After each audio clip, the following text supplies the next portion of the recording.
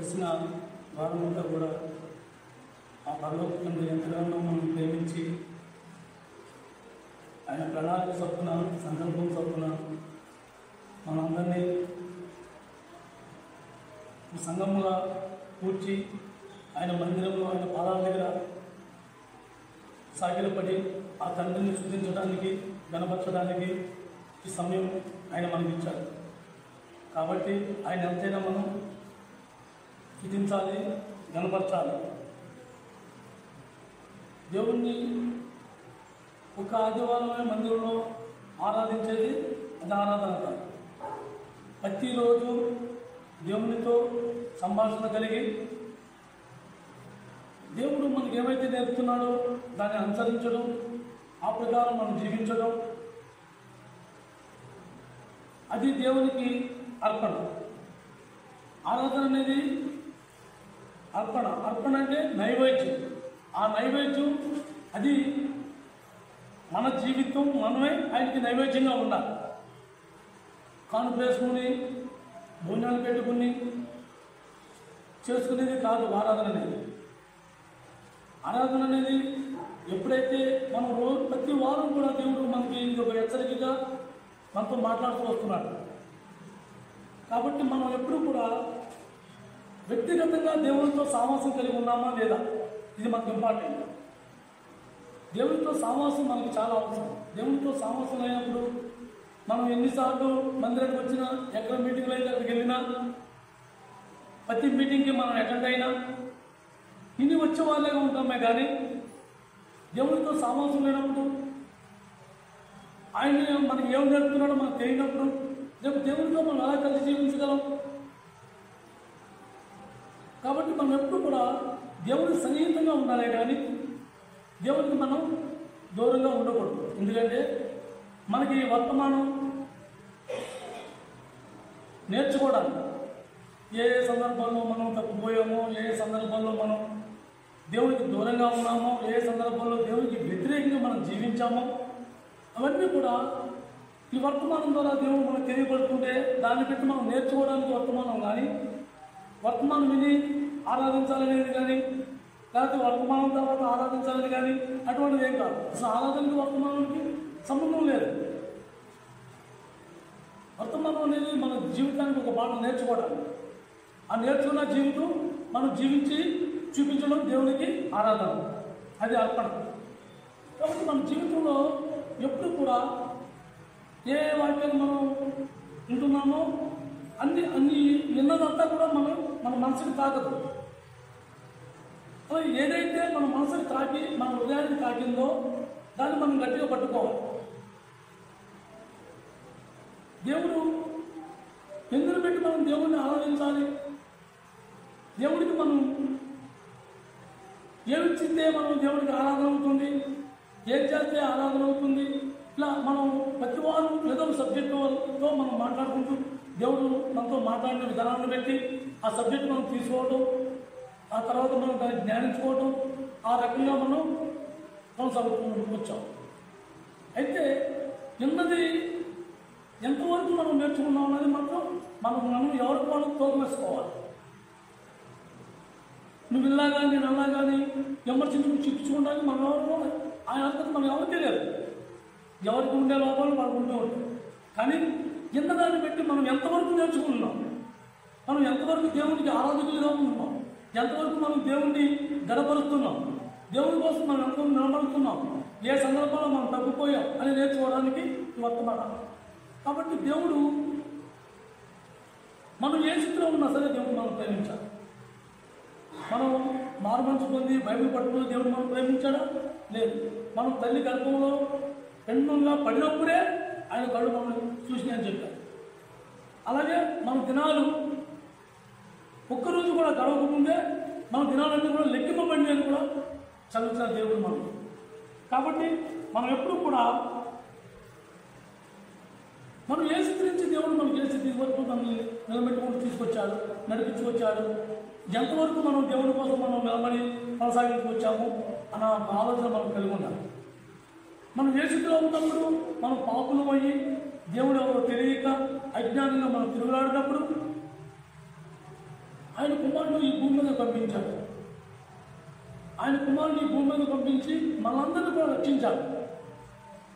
ఎవరు నశింపుకోవడానికి, నా పిల్లలు ఎవరు నశించుకోవడానికి ఆయనకి ఇష్టం లేక ఆయన సంకల్పం చొప్పున ఆయన మా ప్రేమను కృపను పెట్టి ఆయన మనకిచ్చిన గొప్ప వరం ఆయన కుమారుడు. అలాంటి దేవుని మనం కనపరచాలి, ఆరాధించాలి. ఆరాధనంటే ఇప్పుడు మన జీవితంలో ఏదైతే మన మనసుకి తాకిందో దాన్ని పట్టుకుని దాన్ని అనుసరించాలి, దాన్ని పట్టుకుని ఆ ప్రకారం మనం జీవించాలి. అది ఆరాధన. ఆరాధన అనేది మనం మాటలో కొన్ని పాటలు కాదు, అలాగని కానుక వేసుకోవడము కాదు, మధ్యలో లేచి పాట పాడుకోవడం, ఇవన్నీ కూడా మన సేఫ్ కోసం తప్ప ఈ పాటలో దేవుడు వాటి కనడం ఇవన్నీ. కానీ ఆరాధన అనేది మాత్రం వ్యక్తిగతంగా ఎవరికి వారికి వారు అర్పించుకోవడమే దేవునికి ఆరాధన. వ్యక్తిగతంగా నేను ఎలా జీవిస్తున్నాను, నేను ఎలా ఉన్నాను, ఆ తండ్రికి అనుకూలంగా ఉన్నానా లేదా అన్న ఒక సంభాషణ మనకు చాలా అవసరం. కాబట్టి మనం ఎలా ఉన్నామో అలాగే దేవుడు ప్రేమించాడు. కాబట్టి మనం ఎలా ఉన్నామో అలాగే దేవుడి దగ్గర కూడా ఉండాలి. రోమీయులకు రాసిన పత్రిక పేజీ నెంబర్ 136.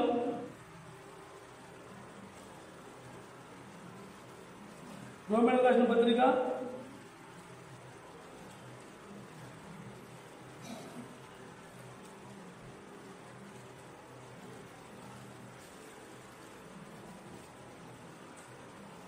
పేజీ నెంబర్ 136, రోమీయులకు రాసిన పత్రిక 5వ అధ్యాయం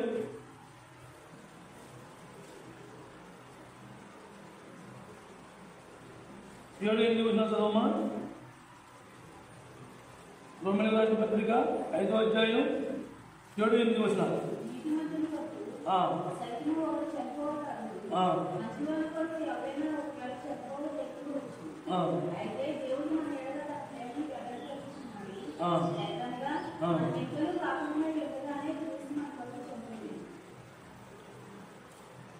ఎప్పుడు దేవుడు మన కోసం తన ప్రాణం పెట్టాడు యేసుక్రీస్తు ప్రభువు.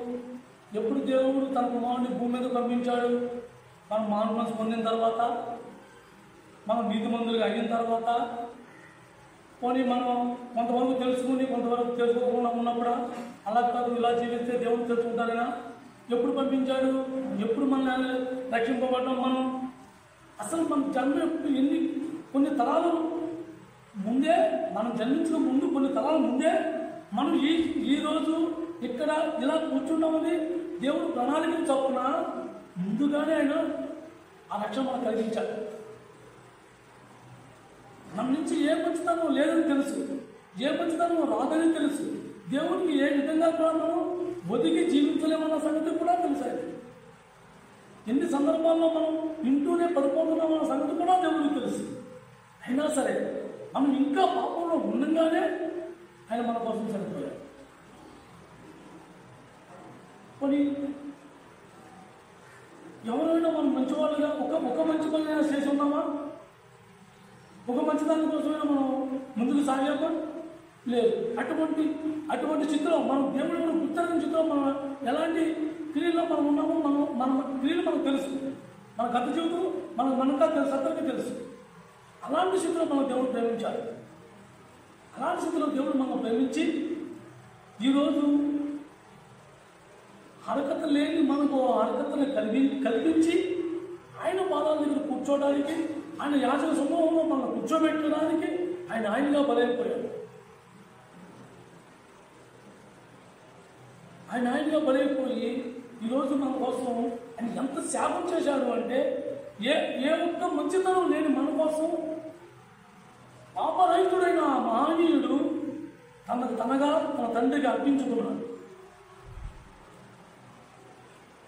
పాపభోగాల్లో మనం జీవిస్తూ మన సంతోషాల కోసం, మన విలాసాల కోసం, మన ఆనందం కోసం మనం జీవించినప్పుడు దేవుడు మనం విడిచిపెట్టాల. అలాంటి స్థితిలో మనం ఉన్నప్పుడు కూడా దేవుడు మనం విడిచిపెట్టాల. తన ప్రేమను పెట్టి తన సంకల్పం చొప్పున నా పిల్లలు ఎప్పటికైనా సరే నాతో ఉండాలి, వాళ్ళు నేను నడిపించుకోవాలి, నా మార్గం తెలుసుకోవాలి, ఆ మార్గం ప్రకారం వాళ్ళు జీవిస్తారు అని ఒక విశ్వాసం, ఒక నమ్మకం. దేవుడి కోసం తెలుసుకుని కూడా మనం అనేక సందర్భాల్లో తప్పిపోయినప్పుడు ఆయన మన మీద ఉగ్రత వచ్చినప్పటికీ కూడా ఆయన మనం చూసి సంతోషించి ఆనందపడి తృప్తిపరుచుకున్నాడే కానీ ఏ పక్షాన కూడా మనమే ఆయన ఉగ్రత కురిపించాలి. ఆయన ఉగ్రత మనమే కురిపించుంటే ఈనాడు ఎప్పుడో మనం మసైపోయేవాడు. భూమి మీద నామాలు అనేవాడు అప్పుడు ఉండి ఉన్నాడు. అని దేవుడు ఎప్పుడు కూడా వేచి ఉన్నాడే కానీ మళ్ళాగా తొందరపడదు. ఆయన కోపం వచ్చినప్పటికీ కూడా కోపాన్ని అంచుకుని తన ప్రేమను చూపించాడే కానీ ఏ విషయంలో కూడా ఆయన ఏ సందర్భంలో కూడా ఎప్పుడు కూడా మనుషుల పట్ల ఆయన కక్ష సాధించరు, అలాగని ద్వేషం చూపించరు, అలాగని పగపెట్టుకోవాలి. దేవుడు అంత ప్రేమమయుడు మన దేవుడు. అలాంటి ప్రేమమయుడిని మనం ఎలా ఆరాధించాలి? ఆయన ఎంత కరుణకు లేకపోతే ఒక మంచి వ్యక్తి కోసం లేదు, ఒక మంచి మనసు ఉన్నవాడు కోసమైనా మనం మంచి పని చేస్తాం. ఒక మంచి వ్యక్తి అనుకోండి, ఆ వ్యక్తి కోసం మంచి పని చేయడానికి మనం ముందుకెళ్తాం. కానీ అలా కాదు కదా దేవుడు. మనం అందరి కోసం, ప్రపంచం అందరి కోసం, ప్రపంచంలో ఉన్న ప్రతి ఒక్కరి కోసం ఆయన ప్రాణం పెట్టాడు. అలాంటి దేవుడిని మనం ఎలా ఆరాధించాలి? కాబట్టి మనం ఎప్పుడు కూడా దేవుడి సంకల్పం ఏంటి? దేవుడు మనం ఎలా ఆరాధించగలం? ఏం చేస్తే ఆరాధన అవుతుంది? ఆ యేసుక్రీస్తు ప్రభు ఎలాగైతే ఎలుగులో నడిచాడో అలాగే మనం కూడా ఆ ఎలుగులో నడిచినప్పుడు అప్పుడు దేవునికి మనం ఆరాధకుడిగా మనం జీవించగలం. నాకు తెలియదు, ఆత్మీయులు నేను చెప్పుకున్నంత మాత్రం ఆత్మీయులు కాలేదు. ఎందుకంటే మనం నిజమైన ఆ ఎలుగులో ఉన్నప్పుడు మనం ఆత్మీయంగా ఉంటాం. ఆ ఎలుగు ఆ దేవుడు మొదటి యోహాను పత్రిక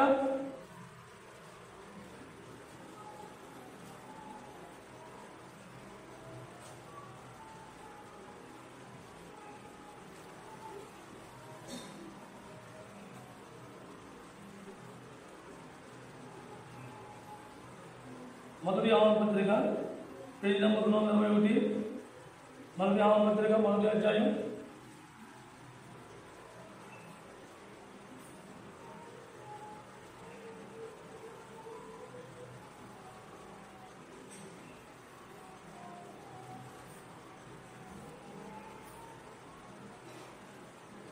1 యోహాను పత్రిక 1వ అధ్యాయం 7వ వచనం.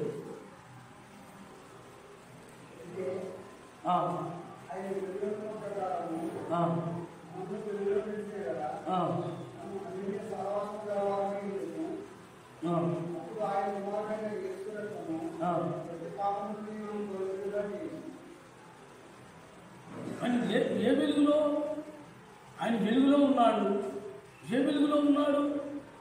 అసలు వెలుగంటే ఏంటి?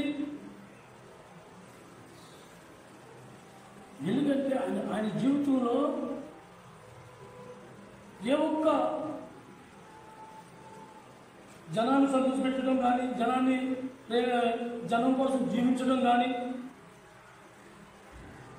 ఎప్పుడు కూడా ఆయన అలా చూడాలి. అలాగని ఆయన సంతోషపరుచుకున్నాడా? లేదు. ఆయన కోసం ఆయన జీవించాడా? లేదు. మరి ఎవరి కోసం జీవించాడు?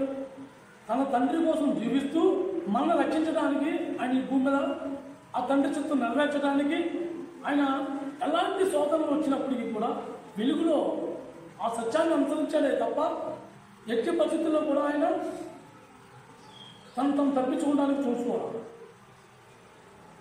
ఎన్నో అనుభవాలు ఆయన అనుభవించున్నాడు. మనం ఏదో చిన్న కష్టం వచ్చినప్పుడు అయ్యి బాబోయ్, ఈ కష్టాలన్నీ నాకే వస్తున్నాయా, ఈ శ్రమని నాకే వస్తున్నాయా, ఇవన్నీ నేనే మొయ్యాలా, నేనే బలాయించాలా, ఇలాంటి ఆలోచన ఆయన ఎప్పుడు రాలా. తన కుటుంబంలో ఎంతమంది సభ్యులు ఉన్నారు? 8 మంది సభ్యులు. తండ్రి చనిపోయేటప్పుడు, యేసయ్య చనిపోయేటప్పుడు అంతమంది సభ్యులు ఉన్నప్పటికీ కూడా తను ఎంతో కష్టపడ్డాడు. ఆ కష్టంలో కూడా తన సుఖాన్ని చూసుకోవాలా, తన ఆనందాన్ని చూసుకోవాలా, తన గంట చూసుకోవాలా, తన యొక్క ఘనకార్యాలు పొందాలనే ఒక ఆశ కూడా ఆయన కలిగి లేదు. ఎంతసేపు తన తండ్రి చిత్తం నెరవేర్చడం, ఈ భూమి మీద తండ్రి ఇచ్చిన ఆ యొక్క కుటుంబీకుల్ని పోషించుకోవడం, తను పోషించుకోవడానికి తను జీవించాడే కానీ ఆయనైతే ఒక మనుషుల కోసం కానీ, లేకపోతే ఒక మెప్పు కోసం కానీ, ఒక ఘనత కోసం కానీ జీవించాడు. అందుకనే ఆయన వెలుగులో ఉన్నాడు. లోక సంబంధమైనది ఏది కూడా ఆయన ఆశించాలి. లోక సంబంధమైనది ఏది ఆయన ఆశించాలి. అలాంటి లోక సంబంధమైన దాని గురించి మనం కూడా ఆశించకుండా ఉండాలంటే మనం ఏం చేయాలి? మారు మనసు. ఆ మారు మనసు అనేది ఈ మధ్యలో దేవుడు తరచుగా మనతో మాట్లాడుతున్నాం. ఆ అసలు మారు మనసు అంటే ఏంటి? ఇదివరకు ప్రతిదానికి కోపపడేవాడిని, ఇప్పుడు నేను కోపపడతాను. నాకు ప్రతిదానికి నేను వాదాపవాదాన్ని దిగేవాడిని, ఇప్పుడు నాకు వాదాపవాదాలు నాకు ఎందుకు? నా ప్రభు వెలుగులో ఉన్నాడు. నా ప్రభు ఎప్పుడు ఎవరికి వాదాపవాదాన్ని దిగల. అలాగే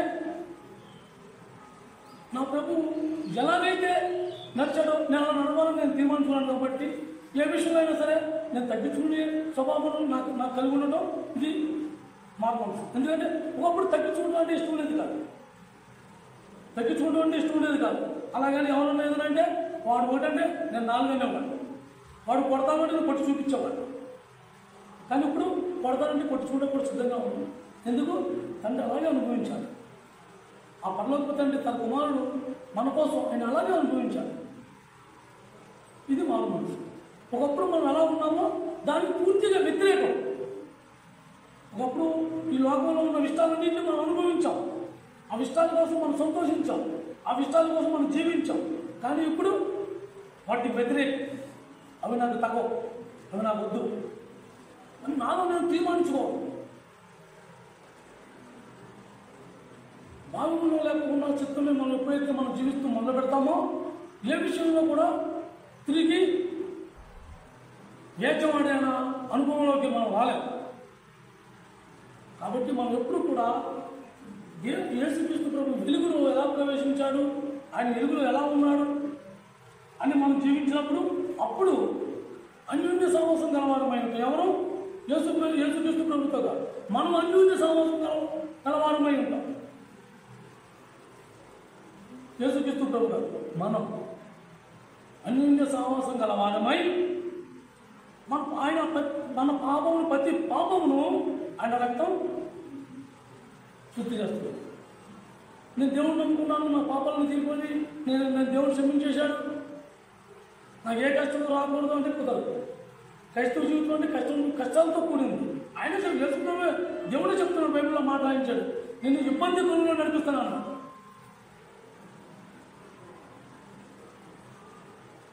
మన అంజనేయుడు గారు చెప్పినట్టుగా గాఢ లోయలో నువ్వు సంచరించినాను, నీకు ఏ అపాయం రాదంటే ఎలా రాదు?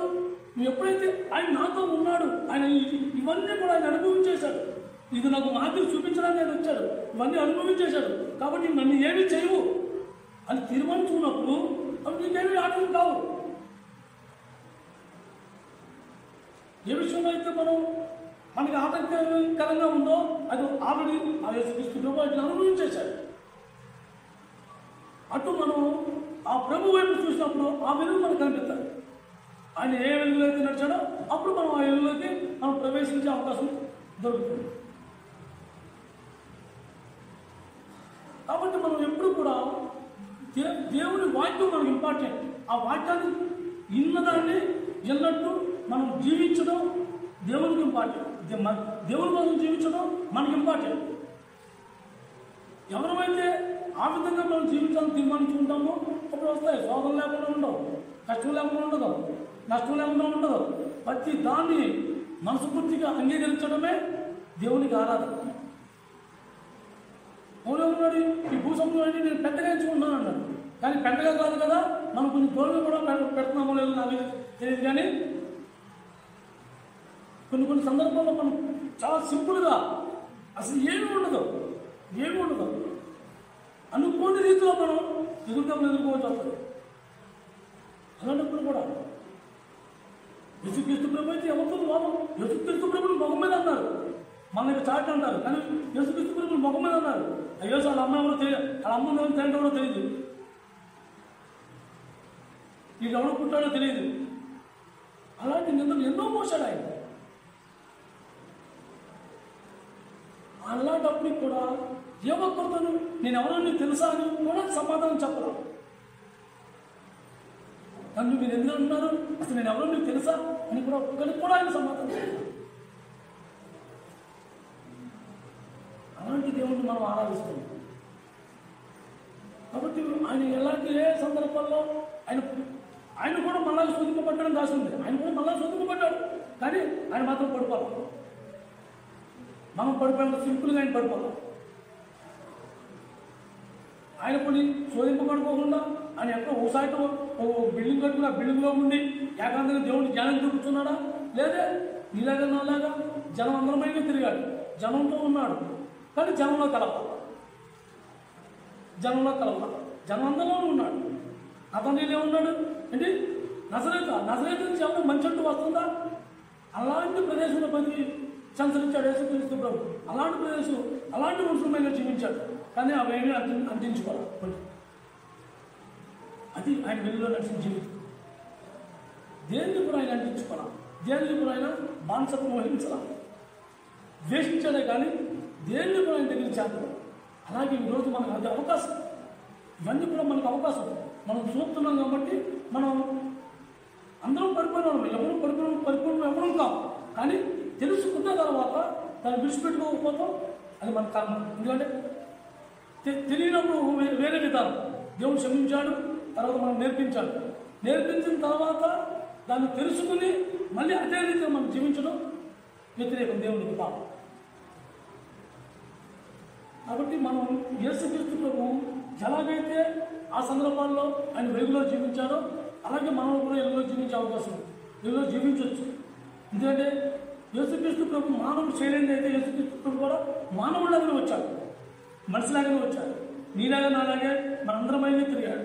అలాగే మనం కూడా జనం అందరమైనా ఉన్నప్పుడు కూడా అందుకని పదే పచ్చాలు మనకు దేవుడు హెచ్చరిస్తున్నాడు. మనం ప్రత్యేకత, వేర్పాటు వేరే ఉండాలి. ఎప్పుడైతే మనం లోకానికి వేరేగా జీవించడం మొదలుపెట్టామో ప్రతిదీ కూడా మనకు ఎదురుకుండా కనిపిస్తూ ఉంటుంది. ఇది నా లోపం, ఇది నా లోపం, ఇది నా ప్రతిదీ కూడా ఎరడు వాళ్ళు కాదు, నాదే నాదే నాదే అనే లోపం నాకు కనిపిస్తూ ఉంటుంది. అప్పుడు ఎప్పుడైతే మనం అలా కనిపిస్తూ దాన్ని మనం సత్యంగా వస్తామో అప్పుడు మనం వెలుగులో ప్రవేశించగలం. ఆ వెలుగులో ఒకసారి ప్రవేశించిన తర్వాత నాకు తెలిసి చీకట్లో చూడలేదు. ఎందుకంటే చీకట్లో చూస్తే చీకటి ఏం కనిపిస్తాయి కదా. ఆ వెలుగు ఎప్పుడైతే మనలో కనిపిస్తుందో ఆ వెలుగులోనే ఇంకా నడుస్తూ కొనసాగుతూ ఉన్నాడు. మనం ప్రయాణం చేస్తూ బయలుదేరినప్పుడు కొంత లెక్క చీకటిగా వచ్చింది. చీకటి వచ్చినప్పుడు ఆ లైట్ వెలుగు రాగలేదంతా మన అడుగు గబా ముందుగా. ఎందుకు? ఆ వెలుగులో తొందరగా ఎదగలిపోవచ్చు.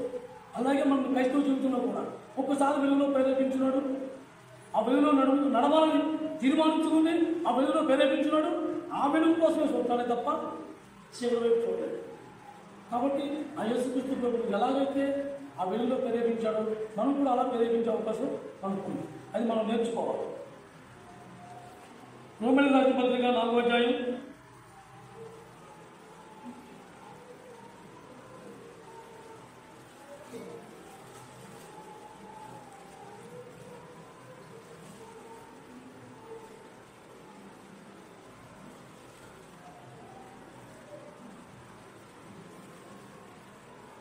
135 రోమీయులకు రాసిన పత్రిక 4వ అధ్యాయం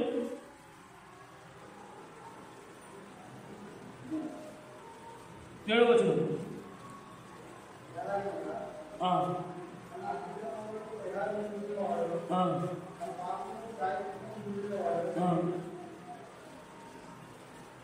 నొందినవాడు ధన్యుడు. అతిక్రమము అంటే ఏంటి? ఏవైతే దేవుడు మనకు నేర్పించాడో, ఏవైతే మనం విన్నామో వాటిని అతిక్రమించడం అంటే వాటిని వ్యతిరేకించడం. వాటిని దేవుని యొక్క ఆజ్ఞకు కానీ, దేవుని యొక్క మాటకు కానీ, దేవుని పిలిచిన పిలుపుకు కానీ మనం దానికి వ్యతిరేకంగా మనం జీవించడం, దాన్ని లెక్క చేయకపోవడం, ఆ యొక్క ఆజ్ఞని కానీ వాక్యాన్ని కానీ దేవుడు చెప్పిన మాటను కానీ మనం విని దాన్ని అనుసరించకపోవడం అతిక్రమం. ఎప్పుడైతే మనం పొరపాటుని కానీ తెలియక కానీ మనం అతిక్రమించినప్పుడు అది పాపం, తప్పు అని తెలిసిన ఎప్పటి దాన్ని మనం పశ్చాత్తాపంతో దాన్ని సరిదిద్దుకోవాలి, దాన్ని సరిచేసుకుని దేవుని దగ్గర, ప్రభా నేను వ్యర్థంగా మాట్లాడాను, నాలో లోపం ఉంది, నన్ను సరిచేయి, నువ్వు నన్ను కడుగు, నన్ను స్వస్థపరచు, నేను ఆత్మీయ అనారోగ్యంతో ఉన్నాను అని దేవుడి దగ్గర మనం గోజాడుకోవాలి. అలాగే మన పాపం కోసం మనం పశ్చాత్తాపం పడాలి. ఈరోజు మనం ఈ గడి నేను మంచిగా ఉన్నాను, మరో గడిలో నేను ఏదో రకంగా పాపం చేయొచ్చు. పాపం చేయలేదు అంటానికి వీరలేదు. ఓ చూపుతో కానీ, ఆలోచనతో కానీ, మాటతో కానీ ఏ విధంగా అయినా సరే పాపంలో పడవచ్చు. కాబట్టి మనం ప్రతిసారి ప్రతిరోజు కూడా దేవుడు ఏమని చెప్తున్నాడు? తండ్రి నోటి నుంచి వచ్చు ప్రతి మాట వల్ల నరుడు జీవించగలడు అని చెప్తున్నాడు. అలాంటి మాట మనం అన్నప్పుడు మనలో ఏదైతే మనలో లోపం ఉందో ఆ లోపాన్ని సరి చేసుకోవడానికి మనకి ఈ వర్తమానం ఉన్న తర్వాత దేంట్లో మనకు లోపం ఉన్నదన్నది మనం తెలియపరచుకోవడానికి వర్తమానం. అలాగే మన అతిక్రమం, దేవుని ఆజ్ఞలు మనం ఎదిరించడం, దాన్ని అనుసరించకపోవడం, దాన్ని గైకొనకపోవడం, అది అతిక్రమం. ఆ అతిక్రమం అయినప్పుడు మనం ఎప్పుడైతే ఆ ఆజ్ఞకి మనం ఎదురుదారిగా నిలిచి ఉన్నామో అది మనకు తెలిసి ఎమ్మటే ఎవరికి చెప్పవసరం. నువ్వు వెళ్ళి నీవుగా ప్రభువు ముందు పాదాల ముందు బోధమని పడి, ప్రభా నేను అతిక్రమించా, నీ ఆజ్ఞ నేను గైకొన్నా, నన్ను క్షమించు నాయనా, నాకు ఇటువంటి శోధన మళ్ళీ రాకుండా నన్ను తప్పించు వాటి నుంచి అని మనం విడిపించబడాలి. ఆయన దగ్గర మనం బాధపడాలి. సరి చేసుకునే గుణం మనకు, ఆ పశ్చాత్తాపం మనకు కలిగి ఉండాలి. ఆ పశ్చాత్తాపం మనం కలిగి ఉన్నప్పుడు అప్పుడు దేవుడు మనల్ని విడిచిపెట్టాడు. మనమైతే విడిచిపెడతామేమో కానీ దేవుడు అయితే విడిచిపెట్టాడు. నువ్వు ఎలాగున్నా సరే, నువ్వు ఎంత త్వరాది ఘోరం పాపంలో పడిపోయి ఉన్నప్పటికీ కూడా, అయ్యో ప్రభావం నేను పడిపోయి ఉన్నా, నా బిడ్డ నేను సరి చేస్తాను, నేను బాగు చేస్తాను దా. ఆయన మనకి కష్టమేం కాదు, ఆయనకి కష్టం. ఆయన ఎంతో మంది సంపడాలి. ఆ పడిపోయిన గోడ కట్టడానికి ఒక మేస్త్రి ఎంత కష్టపడతాడో అలాగే ప్రభుత్వం మన ఆత్మీయ జీవితంలో ఏ సందర్భంలో పడిపోతే ఆ సందర్భంలో మళ్ళీ మనం పశ్చాత్తాపం పడినప్పుడు ఆయన మళ్ళీ కట్టడానికి ఆయన అంత శ్రమ పడవలసిందే. మనం ఎన్నిసార్లు మనం తప్పిపోతున్నామో అన్నిసార్లు ఆయన మేలు పొడుచుకుంటాడు, అన్నిసార్లు శ్రమ పొందుతున్నాము, అన్నిసార్లు హింసపడుతున్నాము. కాబట్టి మనం అలాంటి దేవుని ఎప్పుడు కూడా కృతజ్ఞత కలిగి జీవించాలి. ప్రతి విషయంలో కూడా ఒక లాభం వచ్చినా, నష్టం వచ్చినా, కష్టం వచ్చినా, ఇబ్బంది వచ్చినా, ఏది వచ్చినా సరే నా ప్రభువు నాకు అనుమతిచ్చాడు, నేను భరిస్తాను, నేను ఆనందంగా సంతోషంగా అనుభవిస్తాను. అలాంటి అనుభవం మనకి చాలా అవసరం. అలాంటి అనుభవంలో మనం నడవాలి. అలాంటి అనుభవంలో నడిచినప్పుడే మనం వెలుగులో ప్రవేశిస్తాం.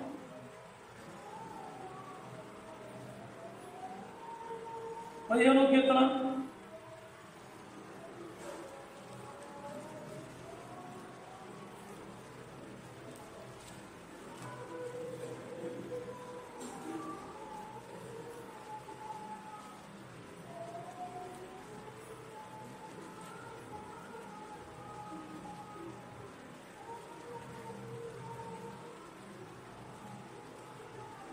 పదిహేనవ కీర్తన 2 నుంచి 3 వచనాలు, 1, 2, 3 వచనాలు.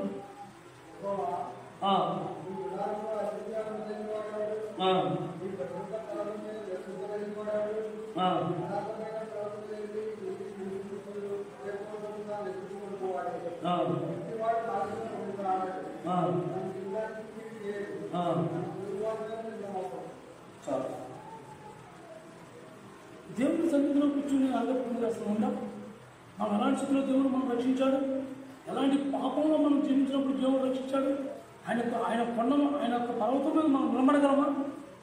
అలాంటి అర్హత మనకు కలిగించాడు ఆ పరలోకం.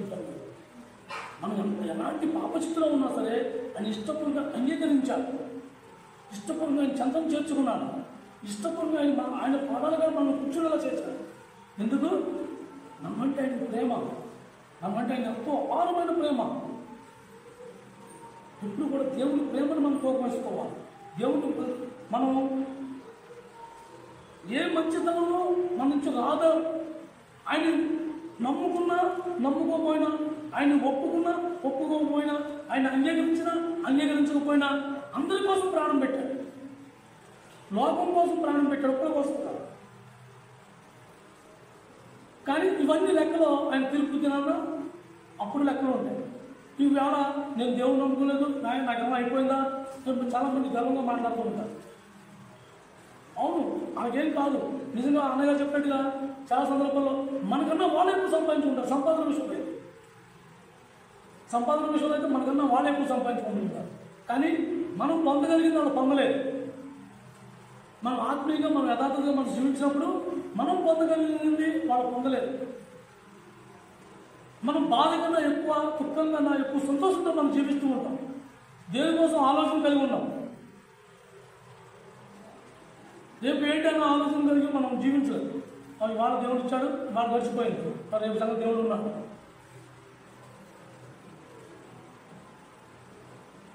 ఇలాంటి తీర్మానంతో మనం జీవించాలి, ఒకవేళ జీవించలేదు.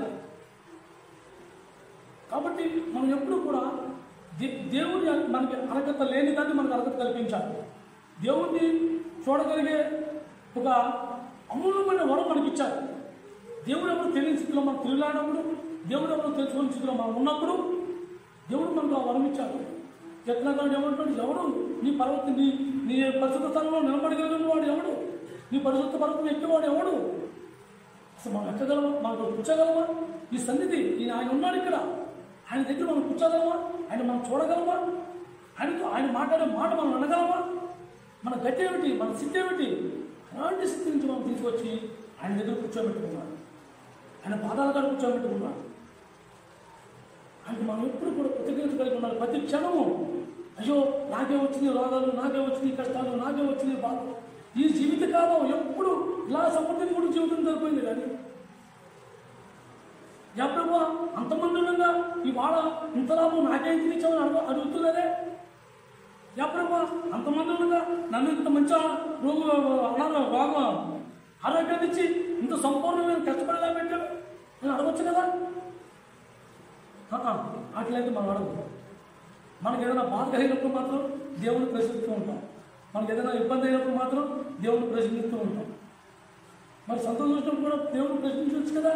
నాకే ఎందుకు ఇచ్చావు ఈ ఆనందం అని, నాకే ఇచ్చేవి ఇంత ధనం నాకే ఎందుకు ఇచ్చావు, నేను ఒకప్పుడు పెంటలో తిరిగి బతికి ఉంటే ఇప్పుడు అలా తిరుగుతాను, నాకు ఎందుకు నన్ను ఒక స్థాయికి ఇచ్చావని అడగచ్చు కదా. అప్పుడు అడుగు.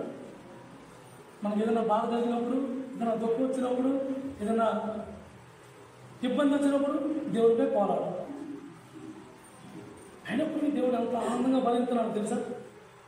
అలాంటి మాటలు మనం మాట్లాడినప్పుడు దేవుడికి చిన్న పిల్లల స్వభావంలో గుర్తిస్తూ ఉంటాడు. మనం చిన్న పిల్లలు మాట్లాడుతుంటే గొప్పని ఎవరైనా ఎత్తేసుకుంటాను నేను పిల్లలు. ఆ పిల్లలు అలా రానప్పుడు కూడా పొట్టి పిల్లలు లాక్కుంటాను. ఎందుకంటే ఒక్క మాట మాట్లాడిన మాట బుద్ధిగా ఉంటారు. మనం అలాంటి ప్రశ్న వేసినప్పుడు దేవుడు మనం కూడా అలా బుద్ధిగానే చూస్తున్నాడు. కాబట్టి మన ఆత్మీయ జీవితంలో మనం ఎంతవరకు జీవిస్తున్నాం అన్నది, మనం ఎలా జీవిస్తున్నాం అన్నది అది ఇంపార్టెంట్ దేవుడికి. మనం ఎంత మంచి బట్టలు వేసుకున్నాము, ఎన్ని బంగారు నాలు పెట్టుకున్నాము, ఎలాంటి కాళ్ళు వేయలేము, ఇటువంటి దేవుడు చూడండి. నువ్వు కనీసం యేసుప్రభుకి కాళ్ళకి వెళ్ళాలి, గుర్రాలు ఏనుగులు ఎక్కి ఎలా వేసుకున్నావు. ఆయన ఎన్నుకున్న వాహనం కూడా ఎటువంటిదో తెలుసా, గాడిని ఎన్నుకున్నాడు. సింహాలు, పుళ్ళు, గుర్రాలు, ఏనుగులు ఇటువంటి ఎన్నుకోలేదు, గాడిని ఎన్నుకున్నాడు. అలాంటి అంత దేన మనసు కలిగిన దేవుణ్ణి మనం ఆరాధిస్తున్నాం. అలాంటి మనకు కూడా అలాంటి మనసు కలిగి ఉండాలి. యేసుక్రీస్తు కలిగిన ఈ మనసు నీకు కలిగి ఉండాలంటే ఏంటి, ఆయన అన్ని విధాలుగా ఒకసారిగా మాత్రం మనం చేయలేం, అన్ని విధాలుగా ఒక్కసారిగా మాత్రం మనం చేయలేం. అందుకనే మనం ఇంత టైం ఏదో ఒకటి మనం పడుతుంది. ఆదివారం దేవుడు మనతో మాట్లాడుతున్నాడు, మంగళవారం మాట్లాడుతున్నాడు, శుక్రవారం మాట్లాడుతున్నాడు. మాట్లాడినప్పుడు ఏదో ఒక మాట మనం పట్టుకుంటుంది, మన మనసు తాగుతుంది. శుక్రవారం నేను వెనకపోయినా నాకు మెసేజ్ వస్తుంది, దాంట్లో ఏదో ఒక మాట నాకు తాగుతుంది. ఆ మాట నేను గట్టిగా పట్టుకుంటాను, నేను ఎంత పట్టుకుంటాను, దీన్ని ఏదో నేను సొంతం చేసుకోవాలి, ఇది నాకు కావాలి అని ఒక తపన ఉండాలి. దేవుడిని ఎదుగులో నడవడం అంటే ఏదో ఎన్నంత మాత్రాన కూర్చుని శ్రద్ధగా వినేసి వెళ్ళిపోయినంత మాత్రాన మనం వెలుగులో నడవలేము. ఆ విన్నదాన్ని పట్టుకుని దాని ప్రకారం జీవించడం మొదలు పెడితే అప్పుడు ఆ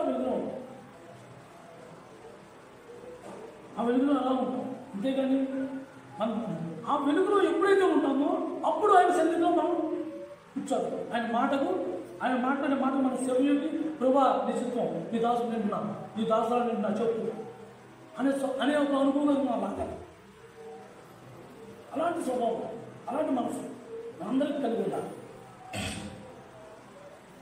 మొదటి యోహాను పత్రిక 2వ అధ్యాయం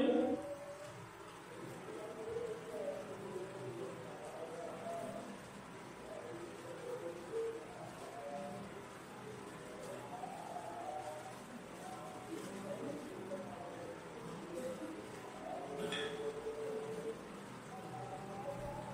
మొదటి యోహాను పత్రిక 2వ అధ్యాయం 15-16 3 వచనాలు చదవండి.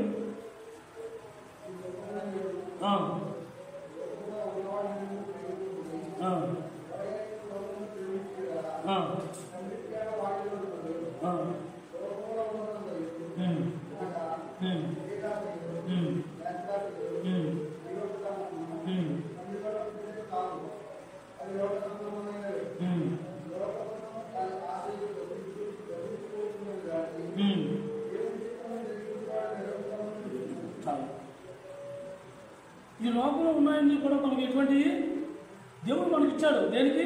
ఇక్కడ ఉన్నంత చెప్పు మన సౌకర్యాల గురించి, మనం జీవించడానికి మన అవసరాల గురించి దేవుడు ఇచ్చాడు. కానీ అవి మన సొంతం కావు. ఎందుకంటే ఈ భూమి మన సొంతం కాదు. మనం ఎంత బిల్డింగులు కట్టుకున్నా, ఎంత పొలాలు కొనుక్కున్నా, ఎంత ధనం కూర్చుకున్నా ఇవేమి మనతో రావు. ఎప్పుడైతే దేవుని కోసం జీవిస్తూ దేవుని కోసం మనం నిలబడగలుగుతామో అప్పుడు శాశ్వతంగా దేవుడితో మనం ఉంటాం. మనం శాశ్వతంగా దేవుడితో ఉండేది మనకు కావాలా? తాత్కాలికంగా ఉన్న 4 రోజులు ఎంజాయ్ కొడుదాం అనుకునేది కావాలా? ఈ అన్యులు ఈ లోకంలో ఉండేవారు పక్కన ఏంటి తెలుసా? ఎప్పుడు పోతామో తెలియదు, ఉన్న 4 రోజులు ఎంజాయ్ చేద్దాం. అసలు నిజమైన ఎంజాయ్మెంట్ ఏంటో తెలుసా? రేపు ఏం జరుగుతుందనేది ఆలోచన ఉండదు, రేపు ఏం కావాలనేది ఆలోచన ఉండదు, రేపు ఏం కావాలన్న ఆలోచన ఉండదు. రేపు అనే దాని గురించి అసలు ఆలోచించదు. రేపు ఏంటి అన్న దాని గురించి అసలు ఆలోచించదు. అది ఎప్పుడు ఆ మనసు ఎప్పుడు కూడా సంతోషంగా ఉండదు. ఎందుకంటే 2 ఆలోచన ఉండదు కదా. రేపు పొద్దున ఎప్పుడు వస్తాడు, రేపు పొద్దున్న అది గొప్ప కట్టాలి, లేదా రేపు పొద్దున నేను తీసి దాచుకోవాలి, లేకపోతే రేపు పొద్దున్న నేను ఇది తినాలి అని ముందుగా ఆలోచన ఉండదు. ఇవాళ నాకు ఇది నచ్చింది, తెచ్చుకున్నాను, వండుకున్నాను, తిన్నాను, అయిపోయింది. రేపు సంగతి రేపు. అలాంటి వాడికి ఇంకా ఏ ఆలోచన ఏ శక్తితో ఉండదు. వాడికి ఒకటే ఆలోచన, ఆలోచన రేపు దేవుడు ఉన్నాడు. అలాంటి మనస్తత్వం ఎవరికైతే ఉంటుందో వాళ్ళ వెలుగులో దేవుడితో సహవాసం కలిగి ఉండదు. ఈ లోక సంబంధమైనది ఇది కూడా మనల్ని ఆశ పెట్టి ఆకర్షణీయంగా లోకంలో ఉండేలా చేస్తుంది. కానీ ఎప్పుడైతే మనం రేపు గురించి మనం చింతించకుండా ఆరోగ్యం లేకుండా ఉంటామో అప్పుడు ఈ దేని గురించి లోకం గురించి పట్టించుకో. ఇవాళ ఖర్చుపోయింది రేపు రేపే. ఒకసారి మా ప్రెసిడెంట్ ఉంటుంది, అసలు దేవుడు ఎలా పుట్టించాడు నా పాపం, నువ్వు దేని గురించి ఒక్కదాన్ని కూడా బాధ్యత తీసుకోవాలి. అవును, బాధ్యత తీసుకుంటాం. బాధ్యత తీసుకుని ఏడుతో కూర్చుంటే మొహం బెంగగా పెట్టుకుంటే ఏ పాప వాళ్ళు ఏమంటారని భయపడుతూ ఉంటే ఆ సమస్య తీరిపోతా? ఆ సమస్యను తీసుకోవాలని అది డబ్బులు ఉన్నారు కదా, ఆ డబ్బులు వాళ్ళకి ఇచ్చేస్తాను అంతే, ఒకటే మాట. అలాంటి కొన్ని విషయాలు మనం తీర్మానించుకునేటప్పుడు కూడా వాటిని మనం లోకంగా ఆలోచించుకోకూడదు. వాళ్ళు గడిచిపోయింది, రేపు దేవుడు ఉన్నాడు. ఈ ఒక్కటి మనకు చాలా ఇంపార్టెంట్. ఈ ఒక్క మాటతో ఎలాగైనా దేవుడి దగ్గర మనం నడవగలం. ఇది గడిచిపోయింది, రేపు దేవుడు ఉన్నాడు అనే ఒక సందర్భంలో ఉంది. దాన్ని తీర్మానించుకుని ఆ రకంగా మనం జీవితం మొదలుపెట్టినప్పుడు ఖచ్చితంగా వెలుగు వైపు ఖచ్చితంగా నడుపుతాం. నేను ఇలా ఉంటే ఆడేమంటాను, నేను ఎలా ఉంటాను నచ్చలేము, ఇలా ఉంటే బాగోలేము, ఇలా ఉంటే అది ముందు నేను సులభమైపోతాను, డబ్బులు కట్టకపోతే నేను మాట అంటాను. అవును, నువ్వు కట్టలేదు అంటావచ్చు, తప్పేమో నీ దగ్గర లేవు, నువ్వు కట్టలేదు అంటారు, డబ్బులు ఇచ్చేది కదా అంటారు, నా దగ్గర ఉంటే నేను ఉంచుకోను కదా. అలాగే కొన్ని తీర్మానాలు దేవుడితో కలిసి నడవాలనుకున్నప్పుడు ఈ లోకంలో ఉన్నట్టు మనం ఆశించకూడదు, ఈ లోకంలో ఉన్నట్టు మనం చూడకూడదు, ఈ లోకంలో ఉన్నట్టు గురించి ఎవరేమనుకుంటారో సంభాషణ అస్సలు ఉండకూడదు. వాళ్ళు అంటారేమో, వాళ్ళు చీపైపోతానేమో, తక్కువైపోతానేమో, నాకేమి లేనుకుంటామో, లేనుకొని డబ్బాలు చెప్పుకుంటాం. అసలు ఈ లోక సంబంధమైన దేన్ని కూడా మనం అనుసరించుకోవాలి. ఎవరైతే వాటిని విడిచిపెట్టుకుని నిజం ఉన్నట్టు నేను ఇలాగే ఉంటాను కాబట్టి అని నాకు చెప్పుకున్నప్పుడు నా మనస్తత్వం నేను ఇలాగే మాట్లాడతా, నా మనస్తత్వం ఇలాగే ఉంటుంది, నేను ఇలాగే మాట్లాడతా. దేవుడికి వ్యతిరేకంగా అయితే నేను మార్చుకుంటా. ఇలాంటి మనం తీర్మానించుకున్నప్పుడు మనసు ఎవరికి భయపడవచ్చు, దేవుడికి మాత్రం భయపడాలి. దేవునికి ఒక్కడికే, ఆ పరలోకపు తండ్రికి ఎప్పుడు నిరంతరం నువ్వు ఎన్ని మంచి కార్యాలు చేసినా సరే ఆయన తల ఉంచి సాకిలో పడి మౌనంగా ఉండాలి. ఎందుకంటే ఎవరు నీకు చేయలేని సాయం ఆయన చేశారు. ఎవరు నిన్ను ఆదుకుంటున్నా ఆయన ఆదుకున్నాడు. ఎవరు ప్రతి ఒక్కరూ నిన్ను వెలివేసిన టైంలో నువ్వు రాళ్ళతో కొట్టబడి చంపబడిన స్థితిలో మరణశిక్షణకి మనం బాధ్యులు అయినప్పుడు ఆయన మనల్ని ఆదుకున్నాడు. అమ్మా నీకు ఎవరు శిక్ష లేదా, నేను నీకు శిక్ష లేదు. అలాంటి అవకాశాలు ఎన్నో కల్పించాడు ఆయన. మనందరికీ ఎన్నో ఓటాలు ఉన్నాయి, అలాంటివి ఎన్నో కల్పించాడు. అలాంటి దేవుని ఆయన ముందు మనం తలంచుండాలి, సాటి మనుషుల ముందు కాదు. ఉన్న సమయం